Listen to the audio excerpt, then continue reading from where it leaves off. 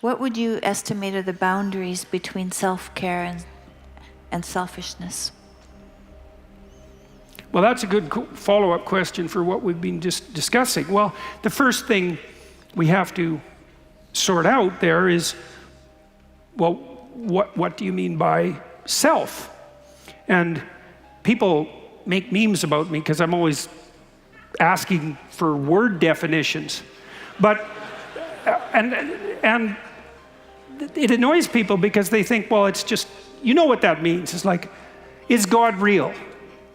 What do you mean by real? Well, you can't ask that. It's like, well, then you can't ask your question either. What do you mean real? Well, everyone understands that. It's like, really, we do we? We understand what's real. We've got that nailed down. What you're really asking is something like, here's what I am insisting that you regard as real, which is usually something like an objective materialism. Does God fit into that category? It's like, well, that's a completely different question than the one you asked. No, perhaps, is the answer to that question, but you didn't formulate the question reasonably, because when you formulate a question like, is God real? God's a mystery in that question, and so is real. And you don't get away with the axiomatic presupposition that you've got real nailed down and all we have to do now is mop up God. It's not reasonable. It's not acceptable in the least. It's just a trick, and it's not a very sophisticated trick. And so in this situation, selfishness versus self-care, well, I think really the issue there is the definition of self. So whatever the self is very complicated, because it's really what you are at your core. That's the question. That's unbelievably complicated. It's like, what the hell do you know about who you are at your core? I mean, human beings we have no idea what we are in the final analysis. And so Carl Jung wrote books on the self. He believed Christ was a symbol of the self. It's a very complicated idea. It takes a lot of unpacking. You could think about the self as what it is that has demands right now.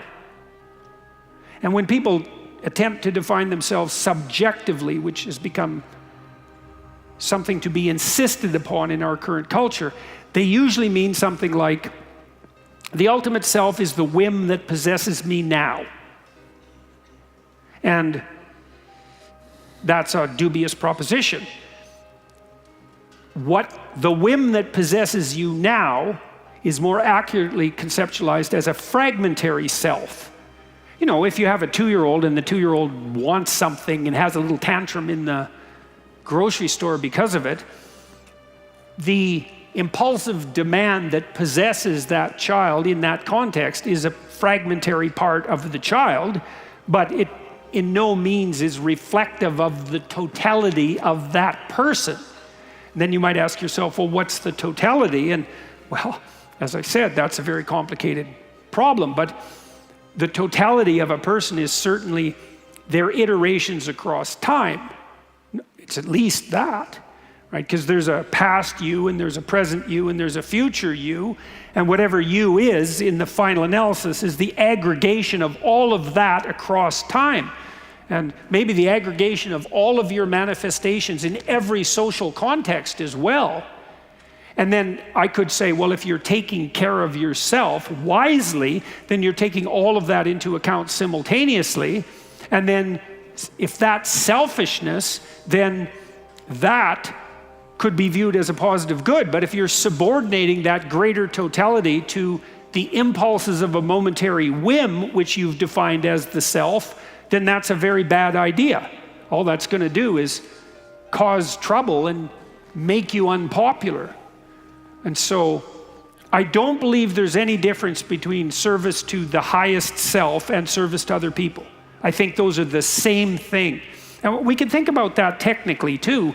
So there's a lot of other people and there's only one of you. And you're going to interact with people in a multitude of ways across your life. And you could imagine this, is that if you play fair in every interaction, or if everyone you interact with walks away from your interactions having gained, then everyone is going to line up to play with you. And so, how is that going to be anything but good for you? How could anything possibly be better than that? Because you're outnumbered very badly. And so if all the people around you are inclined, because of the way you've conducted yourself, to facilitate your progress forward, why wouldn't that be the best thing for you that could possibly occur? And one of the things I've suggested to my audiences, and people seem to resonate with this quite deeply, is imagine yourself ill and bereft of capacity, suffering. You think, well, what might sustain you during such a time? This is the question that's posed in a marriage, for example, for better or for worse, let's say. And one answer is the fruits of the sacrifices that you offered in relationship to other people previously. And so what does that mean? Well, if you had been responsible and caring, mature, and self-sacrificing in the proper manner, and I don't mean martyrdom, like a nihilistic martyrdom or a resentful martyrdom, then you've stored up, to put it sort of coldly, social capital. And then people will be pleased to return the favor in times of desperation. And that way, if that was the case for all of us all of the time, then we'd be in a mutually sustaining web of interactions. And that's not exactly organizing your psyche, right, so that you can sail through suffering. It's more external. It's that you're storing up your sanity in the reciprocal goodwill that you've built up with other people. And to do that optimally, you do that in a spirit of something like playful love, if you do it optimally. And of course that's going to redound to your great benefit. But even better than that, it's going to redound to your great benefit in a way that's also simultaneously mutually beneficial to as many others as you're skillful enough to manage. This developmental psychologist named Jean Piaget. Piaget is a very interesting thinker. And he was motivated by his life's goal was to reconcile science and religion.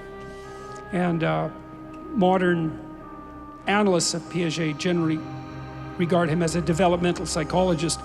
But he described himself as a genetic epistemologist. And by genetic, he meant one who analyzes the genesis of things or their beginning. And by epistemologist, he meant someone who analyzes structures of knowledge. And so what Piaget was trying to do was to understand how our structures of knowledge developed across time. He thought if you wanted to pursue philosophy, and even more deeply, let's say theology, then it would make sense to look at how knowledge structures develop from childhood forward, because they're simpler in childhood and you might be able to understand them better than having to dive right into adult cognition.